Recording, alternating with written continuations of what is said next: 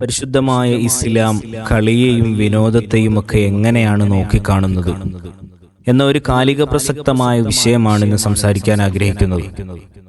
നമുക്കറിയാം, നമ്മുടെ നാടുകളിലൊക്കെയും പ്രത്യേകിച്ച് മലബാർ ഏരിയകളിലൂടെയൊക്കെ നമ്മൾ സഞ്ചരിക്കുമ്പോൾ പല ഭാഗങ്ങളിലും സ്പോർട്സ് താരങ്ങളുടെയും കായിക താരങ്ങളുടെയും ഫ്ലെക്സുകളും കട്ടൗട്ടുകളൊക്കെ നമുക്ക് കാണാം. പ്രത്യേകിച്ച് വേൾഡ് കപ്പ് നടക്കുന്ന സമയം കൂടിയാണല്ലോ. നമ്മുടെ ചെറുപ്പക്കാർക്കും വിദ്യാർത്ഥികൾക്കൊക്കെയും ഇതൊരു ഹരമായിട്ട് മാറിയിരിക്കുന്ന സമയമാണ്. പരിശുദ്ധമായ ഇസ്ലാമിന് എന്താണ് ഇത് സംബന്ധമായിട്ടുള്ള കാഴ്ചപ്പാട്? ആദ്യമേ പറയാം, ചെറുപ്പക്കാരെ ആക്ഷേപിക്കാനോ കുറ്റപ്പെടുത്താനൊന്നുമില്ല, മറിച്ച് പരിശുദ്ധമായ ഇസ്ലാം ഇത് സംബന്ധിച്ച് ഇസ്ലാമിന്റെ കാഴ്ചപ്പാട് എങ്ങനെയാണ് നമ്മൾ പഠിച്ചിരിക്കണം.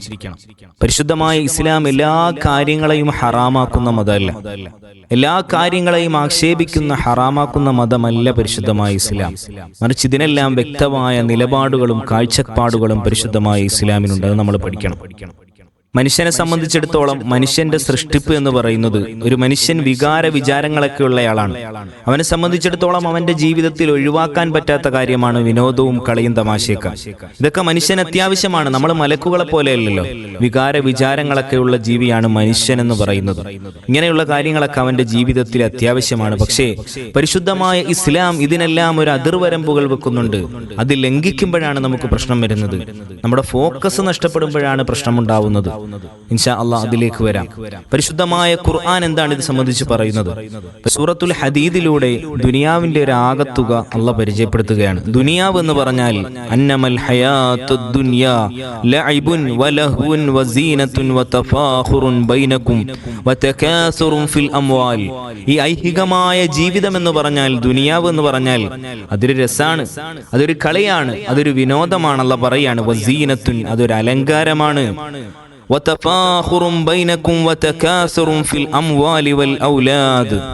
പരസ്പരം അങ്ങോട്ടും ഇങ്ങോട്ടും മക്കളുടെ പേരിൽ, കുടുംബത്തിന്റെ പേരിൽ, സമ്പത്തിന്റെ പേരിൽ മേനി പറച്ചിലാണ്, മെച്ചം പറച്ചിലാണ്. അല്ലാഹ് പറയാണ്, ഇതൊക്കെയാണ് ദുനിയാവിന്റെ ഒരു ആകത്തുക എന്ന് പറഞ്ഞാൽ ഇതാണ്. കയ്യിലിരിക്കുന്ന വാഹനത്തിന്റെ പേരിൽ, കുടുംബത്തിന്റെ പേരിൽ, സമ്പത്തിന്റെ പേരിൽ, മക്കളെ പേരിൽ പരസ്പരം അങ്ങോട്ടും ഇങ്ങോട്ടും പൊങ്ങച്ചം പറച്ചിൽ, അഭിമാനം പറച്ചിലാണ്. ഇതാണ് ദുനിയാവിന്റെ ഒരു ആകത്തുക. പടച്ചോൻ പറയാണ്. എന്നിട്ടോ ആ ആയത്തിന്റെ അവസാനത്തിൽ അല്ലാഹ് പറയുകയാണ്, വമാ വമൽ ഹയാത്തുദ് ദുനിയാ ഇല്ലാ മതാഉൽ ഗുറൂർ. ഈ ലോക ജീവിതമുണ്ടല്ലോ, ഈ ഐഹികമായ ജീവിതം ഉണ്ടല്ലോ, ഇതൊരു വഞ്ചനാത്മകമാണ്, ഇതല്ല യഥാർത്ഥ ജീവിതമെന്ന് അല്ലാഹു സുബ്ഹാനഹു വതആല ആയത്തിലൂടെ പരിചയപ്പെടുത്തുകയാണ്. ഇവിടെ എല്ലാം അല്ലാഹ് പറയുന്നത് കളിയും വിനോദം എന്നൊക്കെ പറഞ്ഞാൽ അത് ജീവിതത്തിന്റെ ഒരു ഭാഗമാണ്, മറിച്ച് അത് ജീവിതത്തിന്റെ ഒരു ലക്ഷ്യമല്ല, ജീവിതത്തിന്റെ ഒരു ഭാഗമാണ്. ലക്ഷ്യമാകുമ്പോഴാണ് ഫോക്കസ്, മനുഷ്യന്റെ ഫോക്കസ് നഷ്ടമാകുമ്പോഴാണ്, കളി എന്ന് പറയുന്നത് കാര്യത്തിലേക്ക് കടക്കുമ്പോഴാണ് പരിശുദ്ധമായ ഇസ്ലാം അവിടെ എല്ലാം നിരോധനം കൊണ്ടുവരുന്നത്. നമ്മൾ മനസ്സിലാക്കണം, പരിശുദ്ധമായ ഇസ്ലാം ആരോഗ്യ സംരക്ഷണത്തിന് വലിയ പ്രാധാന്യം നൽകുന്ന മതമാണ്. ആരോഗ്യത്തിന് നമുക്ക് കളിയും വിനോദമൊക്കെ ആവശ്യമാണല്ലോ. പരിശുദ്ധമായ റസൂലിന്റെ ഹദീസുകൾ നമ്മൾ പരിധി നോക്കിക്കഴിഞ്ഞാൽ നമുക്ക് കാണാം, അൽ മുഅ്മിനുൽ ഖവിയ്യു ഖൈറുൻ വഅഹബ്ബു ഇലല്ലാഹി മിനൽ മുഅ്മിനിൽ ളഈഫ്. ഒരു ബലഹീനനായ ആരോഗ്യമില്ലാത്ത ഒരു വിശ്വാസിയെക്കാളും അല്ലാഹുവിന് ഏറ്റവും ഇഷ്ടമുള്ളത് ആരോഗ്യമുള്ളവരെയാണെന്ന് മുത്തുനബി സല്ലല്ലാഹു അലൈഹി വസല്ലം തങ്ങൾ പഠിപ്പിക്കുകയാണ്. രണ്ടിലും ഖൈറുണ്ട്. നമ്മളിത് തെറ്റിദ്ധരിച്ച് മനസ്സിലാക്കേണ്ട. രോഗികൾ, രോഗമായി കിടക്കുന്ന ആരോഗ്യമില്ലാത്ത മനുഷ്യരൊക്കെ ഉണ്ടല്ലോ, അവരെ അല്ലാഹ് ഇഷ്ടമല്ല എന്നല്ല പറഞ്ഞതിന്റെ ആശയം. ആരോഗ്യ സംരക്ഷണത്തിന് പരിശുദ്ധമായ ഇസ്ലാം വലിയ പ്രാധാന്യം കൽപ്പിക്കുന്നുണ്ട്. ഒരു ആരോഗ്യമുള്ള മനുഷ്യനെ ഇബാദത്തുകൾ ചെയ്യാൻ പറ്റുകയുള്ളൂ. ഒരു ആരോഗ്യമുള്ള മനുഷ്യനെ കുടുംബത്തിന് വേണ്ടി അധ്വാനിക്കാൻ പറ്റുകയുള്ളൂ. എല്ലാ കാര്യങ്ങളും ആരോഗ്യവുമായിട്ട് ബന്ധപ്പെട്ട് കിടക്കുന്നതാണ്. അല്ലാഹു സുബ്ഹാനഹു വതആല നൽകിയ ഏറ്റവും വലിയ നിഅ്മത്തുകളുടെ കൂട്ടത്തിൽ ആരോഗ്യത്തെ അല്ലാഹ് എണ്ണുന്നത് കാണാം. അപ്പൊ ആരോഗ്യ സംരക്ഷണത്തിന് വേണ്ടി വിനോദങ്ങളിൽ ഏർപ്പെടുന്നത് ഇസ്ലാം ഒരിക്കലും ഹറാമാക്കുന്നില്ല, പരിശുദ്ധമായ ഇസ്ലാം ഒരിക്കലും നിരോധിക്കുന്നില്ല. മാത്രമല്ല, അള്ളാന്റെ റസൂലിന്റെ ജീവിതം നമ്മൾ എടുത്ത് പരിശോധിച്ചു കഴിഞ്ഞാൽ മുത്തുനബി സല്ലല്ലാഹു അലൈഹി വസല്ലമ തങ്ങൾ ലോകത്ത് ഏറ്റവും കൂടുതൽ ഇബാദത്തുകൾ ചെയ്തവരായിരുന്നു റസൂലുള്ളാഹ്. ആ റസൂലുള്ളാഹ് ഇബാദത്തുകൾ ചെയ്യുന്നതോടൊപ്പം തന്റെ കുടുംബത്തോടൊപ്പം കളികളിലും തമാശകളിലും വിനോദങ്ങളിലും ഏർപ്പെട്ടിരുന്നു എന്ന് ഹദീസുകളിൽ കാണാം. അവിടുത്തെ പ്രിയപ്പെട്ട ഭാര്യയാണല്ലോ മഹദിയായ ആയിഷ ബീവി റളിയല്ലാഹു അൻഹാ. ആയിഷ ഉമ്മയുമായിട്ട് അള്ളാന്റെ റസൂൽ ഓട്ടമത്സരം നടത്തിയെന്നും ആദ്യത്തെ ഓട്ടമത്സരത്തിൽ റസൂലുള്ള വിജയിച്ചു എന്നും രണ്ടാമതും പിന്നീട് ഒരിക്കൽ ഓട്ടമത്സരം നടത്തിയപ്പോൾ അവിടുത്തെ പ്രിയപ്പെട്ട ഭാര്യയായ മഹദിയായ ആയിഷ ഉമ്മ ജയിച്ചു എന്നൊക്കെ നമുക്ക് ഹദീസുകളിൽ കാണാം. ഇവിടെയൊന്നും അള്ളാഹുവിന്റെ റസൂല് കളിയെയോ വിനോദത്തെയോ ഹറാമാക്കുന്നില്ല, മറിച്ച് ഇതെല്ലാം പ്രോത്സാഹനാർഹമാണെന്ന് മുത്തുനബി തങ്ങൾ പഠിപ്പിക്കുകയാണ്. ഇതൊക്കെയും ആരോഗ്യത്തിന് ആവശ്യമാണെന്ന് റസൂലുള്ള പഠിപ്പിക്കുകയാണ്. മാത്രമല്ല അള്ളാഹുവിന്റെ റസൂലിന്റെ മറ്റൊരു ഹദീസിൽ നമുക്ക് കാണാം, പരിശുദ്ധമായ പെരുന്നാളിന്റെ ദിവസം മദീന പള്ളിയിൽ ഹബശികൾ കുന്തപ്രയോഗവും അതുപോലെ യുദ്ധ പരിശീലനവും എല്ലാം നടത്തിയപ്പോൾ മുത്തുനബി സല്ലല്ലാഹു അലൈഹി വസല്ലമ തങ്ങൾ മഹദിയായ ആയിഷ ബീവി റളിയല്ലാഹു അൻഹയോടൊപ്പം അവിടെ പോയി നിന്ന് അത് കാണുകയാണ്. റസൂലുള്ളാഹ് മഹദിയായ ആയിഷ ഉമ്മയെ റസൂലുള്ളാഹിന്റെ പിൻഭാഗത്ത് നിർത്തിക്കൊണ്ട് റസൂലുള്ളാഹിന്റെ തോളിന്റെ ആ ഭാഗത്തിലൂടെ ആയിഷ ഉമ്മയ്ക്കും അത് കാണിച്ചു കൊടുക്കുകയാണ്. എന്നിട്ട് ആയിഷ ഉമ്മാനോട് ചോദിക്കുന്നു, മതിയായോ ആയിഷ? ആയിഷ ബീവി റളിയല്ലാഹു അൻഹ മതിയായി എന്ന് പറയുന്നത് വരെ റസൂൽ അവിടെ നിർത്തിയത് കാണിച്ചു കൊടുത്തു എന്ന് ഹദീസിന്റെ ഗ്രന്ഥങ്ങളിൽ നമുക്ക് കാണാം.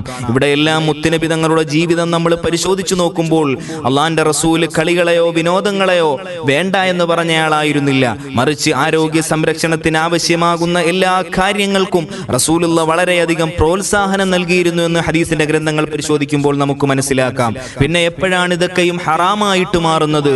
അല്ലാഹു സുബ്ഹാനഹു വ തആലയുടെ സ്മരണയെ തൊട്ട് ഇതൊക്കെ നിങ്ങളെ തെറ്റിക്കുമ്പോഴാണ്. ഒരു കളി, ഒരു വിനോദം, അത് റബ്ബിലേക്കുള്ള നിന്റെ സ്മരണയെ തെറ്റിക്കാൻ അത് കാരണമാകുന്നുവെങ്കിൽ അവിടെയാണ് പരിശുദ്ധമായ ഇസ്ലാം അതിനെ ഹറാമെന്ന് വിശേഷിപ്പിക്കുന്നത്. ഞാനൊരു ഉദാഹരണം പറയാം. ഞാനൊരു വിദ്യാർത്ഥിയെ കാണാനിടയുണ്ടായി. ആ വിദ്യാർത്ഥിയുടെ മുടി വല്ലാത്ത രീതിയിൽ, ഒരു വികൃതമായ രീതിയിൽ അവൻ വെട്ടിവെച്ചിരിക്കുന്നത് കണ്ടപ്പോൾ ഞാൻ ചോദിച്ചു, എന്താണ് മോനെ ഇത്? വല്ലാത്തൊരു അവസ്ഥയാണല്ലോ, എന്താണ് ഇങ്ങനെയൊക്കെ മുടി വെട്ടിവെച്ചിരിക്കുന്നതെന്ന് ചോദിച്ചപ്പോൾ അവൻ പറയുകയാണ്, ഞങ്ങളെ ടീമിന്റെ ഇന്നയാളുടെ പേര് പറഞ്ഞിട്ട് പറയാണ്, ആ സ്റ്റൈലാണ് ഉസ്താദ് ഇതെന്നൊക്കെ പറയാണ്. ഇവിടെയൊക്കെയാണ് പരിശുദ്ധമായ ഇസ്ലാം കർശനമായ വിലക്കുകൾ കൊണ്ടുവരുന്നത്. നഹാ റസൂലുള്ളാഹി സ്വല്ലല്ലാഹു അലൈഹി വസല്ലമ അനിൽ ഖസഅ. റസൂലുള്ളാഹി തങ്ങൾ മുടിയെ പകുതി ഭാഗം വെട്ടുകയും പകുതി ഭാഗം പറ്റയടിച്ച് പകുതി ഭാഗം നിർത്തി അങ്ങനെ വെക്കുന്ന രീതി റസൂലുള്ള നിരോധിച്ചതാണ്. അത് പാടില്ല. സ്പോർട്സ് താരങ്ങളെ അല്ലെങ്കിൽ സിനിമാ താരങ്ങളെ വേഷവിധാനങ്ങളിൽ നമ്മൾ മുസ്ലിമീങ്ങൾ അനുകരിക്കുമ്പോഴാണ് അവിടെ ഹറാം എന്ന് പരിശുദ്ധമായ ഇസ്ലാം പറയുന്നത്. അത് പാടില്ലല്ലോ. നമ്മൾ അനുധാവനം ചെയ്യേണ്ടത്, നമ്മൾ അനുകരിക്കേണ്ടത് മുത്തുനബി സല്ലല്ലാഹു അലൈഹി വസല്ലമ തങ്ങളെയാണ്. അതിൽ നിന്നും തെറ്റി നമ്മുടെ ഫോക്കസ് മാറി ശ്രദ്ധ നഷ്ടപ്പെട്ടുകൊണ്ട് സിനിമാ താരങ്ങളെയും സ്പോർട്സ് താരങ്ങളെയും ഒക്കെ നമ്മുടെ വേഷവിധാനങ്ങളിൽ അനുകരിക്കുന്നു. ആ സമയത്താണ് പരിശുദ്ധമായ ഇസ്ലാം അവിടെ നിയമം കൊണ്ടുവരുന്നു. അങ്ങനെ വരുമ്പോൾ ഇതൊക്കെയും ഹറാമായിട്ട് മാറുന്നു. രണ്ടാമത്, നമ്മൾ ഈ അടുത്ത് സോഷ്യൽ മീഡിയകളിലൊക്കെ കണ്ടതാണ്, ഒരു ടീമിന്റെ പേര് ഞാൻ പറയുന്നില്ല, തോറ്റു കഴിഞ്ഞാൽ എന്റെ മീശയുടെ ഒരു ഭാഗം ഞാൻ വടിച്ചു കളയാം, ഇങ്ങനെ പന്തായങ്ങൾ വെക്കൽ, പൈസയ്ക്ക് പന്തായം വെക്കൽ, ഇങ്ങനെ ബെറ്റുകൾ വെക്കൽ, ഇതൊക്കെ പരിശുദ്ധമായ ഇസ്ലാം കർശനമായിട്ട് നിരോധിക്കുകയാണ്. ഇങ്ങനെയുള്ള സാഹചര്യങ്ങൾ വരുമ്പോഴാണ് പരിശുദ്ധമായ ഇസ്ലാം ഇതിനെല്ലാം കടിഞ്ഞാണിട്ടുകൊണ്ട് ഹറാം എന്ന് പറയുന്നത്. അല്ലാതെ ഒരിക്കലും പരിശുദ്ധമായ ഇസ്ലാം കളികളെയോ വിനോദങ്ങളെയോ പരിശുദ്ധമായ ഇസ്ലാം ആക്ഷേപിക്കുന്നില്ല. പിന്നെ എവിടെയാണ് പ്രശ്നം വരുന്നത്? വാജിബുകൾ ഉപേക്ഷിക്കാൻ ഇതൊക്കെയും കാരണമാകുന്നു എന്നിടത്താണ്. നമ്മൾ നോക്കൂ, അധിക സമയത്തും ഈ സ്പോർട്സുകളൊക്കെ നടക്കുന്നത് പാതിരാത്രി സമയങ്ങളിലാണ്, അസമയങ്ങളിലാണ്. പല നാടുകളിലും തിയേറ്ററുകൾ അതുപോലെ ഓഡിറ്റോറിയങ്ങളൊക്കെ വാടകയ്ക്കെടുത്ത് ദിവസങ്ങളോളം പാതിരാത്രി സമയങ്ങളിൽ ചെറുപ്പക്കാര് കുട്ടികളടക്കം ഒരുമിച്ചുകൂടി അവർ അസമയങ്ങളിലൊക്കെ എഴുന്നേറ്റ് കൃത്യമായിട്ട് അലാറം വെച്ചിട്ട് അവർ എഴുന്നേക്കും. കൃത്യമായിട്ട് എഴുന്നേറ്റ് അവർ കളി കണ്ടതിന് ശേഷം രാത്രി വന്നു കിടന്ന് ഉറങ്ങാണ്. സുബഹിയുടെ ബാങ്ക് അരമണിക്കൂറൂടെ കഴിയുമ്പോൾ സുബഹിയുടെ ബാങ്കാണ്. സുബഹിയുടെ ബാങ്ക് വിളിക്കുമ്പോൾ പിന്നെ ആ വിദ്യാർത്ഥി, ആ ചെറുപ്പക്കാരൻ എഴുന്നേൽക്കുന്നത് ദുഹറിന്റെ സമയമാകുമ്പോഴായിരിക്കും, ഉച്ച സമയമാകുമ്പോഴായിരിക്കും. അവനിവിടെ നഷ്ടപ്പെടുന്നത് ഒന്ന്, അവന്റെ നിസ്കാരം, സുബഹി നമസ്കാരം അവന് നഷ്ടമാവുകയാണ്. പിന്നെയോ കുടുംബവും മക്കളൊക്കെ ഉള്ള ആളാണെങ്കിൽ ആ മനുഷ്യൻ രാവിലെ എല്ലാ ദിവസവും എഴുന്നേറ്റ് പണിക്ക് പോയിട്ട് വേണം കുടുംബത്തിന് മക്കൾക്ക് ചെലവിനുകൊണ്ട് കൊടുക്കാൻ. ഈ മനുഷ്യൻ തലേ ദിവസത്തെ ക്ഷീണം കാരണം പാതിരാത്രി എഴുന്നേറ്റ് അസമയത്ത് എഴുന്നേറ്റ് ഇത് കണ്ട കാരണത്താൽ അവന്റെ ക്ഷീണം കാരണം അവൻ ഉറങ്ങിപ്പോവുകയാണ്. ഉറങ്ങിയിട്ട് അന്നത്തെ അവന്റെ ജോലി മുടങ്ങുന്നു. കുടുംബത്തിന് ചെലവ് കൊടുക്കുക എന്ന് പറയുന്നത് ഇവന്റെ മേൽ വാജിബായ കാര്യമല്ലേ? അതിനവന് തടസ്സം വരുന്നു. ക്ലബിലിരുന്ന് ഇങ്ങനെ കളി കണ്ടുകൊണ്ടിരിക്കുകയാണ്. അപ്പോഴാണ് ഉമ്മ വിളിക്കുന്നത്. വാപ്പ വിളിച്ചിട്ട് പറയാണ്, മോനെ ഒരു സാധനം മേടിച്ചോണ്ട് വരണം, അത്യാവശ്യമായിട്ട് ഉടൻ വരെ വരണം. ആ സമയത്ത് ഇവൻ ആ കോള് കട്ട് ചെയ്തിട്ട് ഇവൻ ആ കളിയുടെ ലഹരിയിൽ മുഴുകിക്കൊണ്ട് ഇവൻ പോകുന്നില്ല, ഇവൻ ആ ശ്രദ്ധയിലാകുന്നു. ഇങ്ങനെയൊക്കെയുള്ള സാഹചര്യങ്ങൾ വരുമ്പോ അടിസ്ഥാനപരമായ നിയമങ്ങൾ, മാതാപിതാക്കളെ അനുസരിക്കണമെന്നുള്ള നിയമങ്ങൾ ഇവിടെ ലംഘിക്കപ്പെടുന്നു. അല്ലാഹു സുബ്ഹാനഹു വ തആലയെ തൊട്ട് ഇവന്റെ ശ്രദ്ധ തിരിക്കപ്പെടുന്നു. ഇവന്റെ പല വാജിബുകളും ഇത് കാരണമായിട്ട് നഷ്ടം ഇഷ്ടമാകുന്നു, താരങ്ങളെ അനുകരിക്കപ്പെടുന്നു, അവന്റെ വേഷവിധാനങ്ങളിൽ ഒരു മുസ്ലിം അനുകരിക്കപ്പെടുന്നു. ഇങ്ങനെയുള്ള സാഹചര്യങ്ങളൊക്കെ വരുമ്പോഴാണ് പരിശുദ്ധമായ ഇസ്ലാം ഇതിനെല്ലാം കർശനമായ നിയമങ്ങൾ കൊണ്ടുവരുന്നത്. ഇങ്ങനെയുള്ള സാഹചര്യങ്ങൾ വരുമ്പോഴാണ് ഇത് ഹറാമായിട്ട് മാറുന്നത്. അല്ലാതെ ഒരു മനുഷ്യനെ സംബന്ധിച്ചിടത്തോളം അവന് നിസ്കാരമുള്ളവനാണ്, ഇബാദത്തുകളൊക്കെ ചെയ്യുന്നയാളാണ്, അവന്റെ അല്പം ഫ്രീ സമയങ്ങളിൽ ഇരുന്നു കൊണ്ട് ഇതൊക്കെ കാണുന്നത് കൊണ്ട് അവിടെയൊന്നും ഹറാമു സംഭവിക്കുന്നില്ല. നേരെ മറിച്ച് ഈ പറഞ്ഞ സാഹചര്യങ്ങളൊക്കെ വരുമ്പോഴാണ് ഹറാമിലേക്ക് പോകുന്നതെന്ന് നമ്മൾ മനസ്സിലാക്കേണ്ടതുണ്ട്.